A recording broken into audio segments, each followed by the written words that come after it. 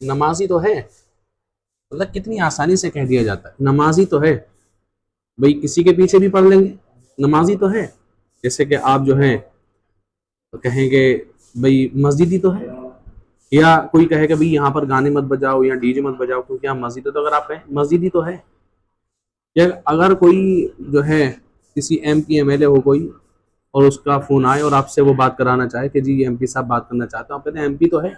इससे इन अल्फाजों से क्या लगता है आप, इन अल्फाजों से तौहीन लगती है या नहीं लगती, किसी की बेहुरमती लगती है या नहीं लगती। आपका दोस्त आपसे जो है बात करना चाहता है और कोई आकर के कहे कभी आपका दोस्त आपसे बात करना चाहता है, आप कहेंगे दोस्ती तो है, तो मतलब क्या दोस्ती तो है, इतनी बड़ी बात थोड़ी है। ऐसी कोई शख्स अगर आपसे कहे कि भाई गैर मुक़ल्लिदों के पीछे, गुस्ताख रसूल के पीछे, गुस्ताख सहाबा के पीछे नमाज नहीं पढ़नी चाहिए, तो क्या कहते हैं नमाजी तो है, किसी के पीछे भी पढ़ ले। तो बताएं इससे नमाज की तौहीन हो रही है या नहीं हो रही, नमाज की तौहीन इससे अब उसके बाद अच्छा रसूल अकरम अलैहिस्सलातु वस्सलाम ने इरशाद भी फरमाया कि जो शख्स नमाज की तौहीन करता है, जो शख्स, मतलब क्या है, मसला यह है कि नमाज खुशू और खुजू के साथ पढ़े।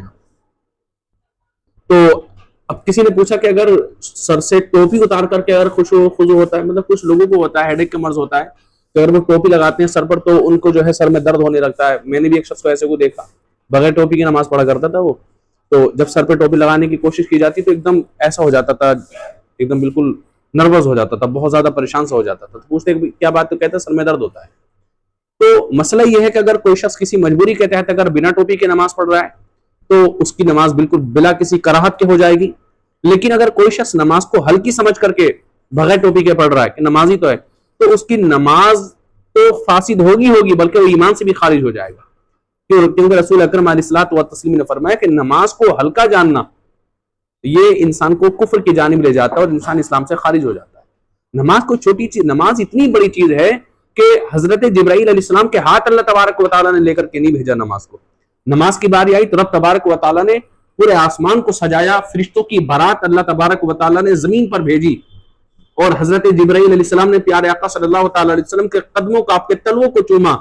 रफ रफ तैयार किया गया, बुराक तैयार किया गया, मस्जिद अक्सा में सारे नबियों को, सारे फरिश्तों को इकट्ठा किया गया, सारे रसूलों को इकट्ठा किया गया। वहां पर रसूल अकरम अलैहिस्सलातु वस्सलाम ने जो है सबकी इमामत की और फिर उसके बाद में अल्लाह के रसूल सल्लल्लाहु अलैहि वसल्लम जो है लामकाम में पहुंचे खुदा तबारक व तआला की जो है कुर्ब में, और वहां जाकर के आपको नमाज का तोहफा अल्लाह तबारक व तआला ने बताते खुद दिया। खुद अल्लाह तबारक व तआला ने जो तोहफा बगैर किसी फरिश्ते के, बगैर जिब्राईल अलैहिस्सलाम के, बगैर किसी वही के दिया हो, वो नमाज है। और आपने नमाज को इतना हल्का समझ लिया कि नमाज ही तो पढ़नी है। भाई एक बात बताएं आप, अगर आपके सामने कोई ऐसा इमाम खड़ा कर दिया जाए जो दाढ़ी मुंडवाता हो, हाफिज तो है लेकिन दाढ़ी मुंडवाता है जी, मुफ्ती साहब तो है लेकिन वो चौक चौराहों पर खड़े होकर के बहन बेटियों को छेड़ते हैं, फिल्में देखते हैं वो खुलेआम बिल्कुल पिक्चर हॉल में जा जा करके, और हराम भी खाते हैं, गालियां भी देते हैं वो। तो बताएं कि उनके पीछे नमाज पढ़ लेंगे आप? नहीं पढ़ सकते ना नमाज ऐसे शख्स के पीछे। क्यों नहीं पढ़ेंगे कि भाई वो बहन बेटियों को छेड़ता है, वो हराम खाता है, वो गाली देता है, वो खुलेआम फिल्में देखता है, ये सारी चीजें, तो आप उसके पीछे नमाज नहीं पढ़ेंगे। क्यों? क्योंकि उसके अमल खराब है।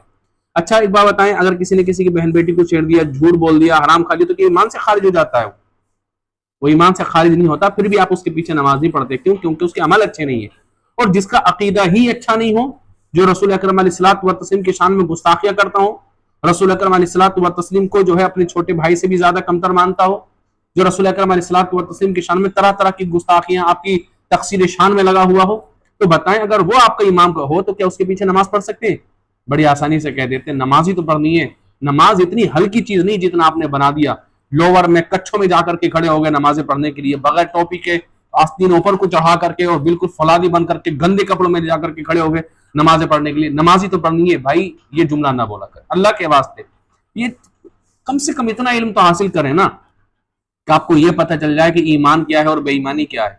मेरे भाई अल्लाह के वास्ते ईमान हासिल करें और नमाज को इस तरह के जुमले ना बोले कि नमाज तो पढ़नी किसी के नहीं। भाई नमाज इतनी हल्की चीज नहीं है जिसको हमने अपना इमाम बनाना, जिसके पीछे नमाज पढ़नी, जिसके हवाले अपनी नमाजों का जिम्मा सपुर्द करना है, वो शख्स जो ऐसा होना चाहिए जो सबसे बेहतर हो, सबसे अजीम हो, सबसे आला हो, उसके अंदर हराम कारियों वाली आदत ना हो, उसका ईमान अच्छा हो, उसका अकीदा मजबूत हो, उसके अमल भी बेहतर हो। ऐसे शख्स को अपना इमाम बनाए।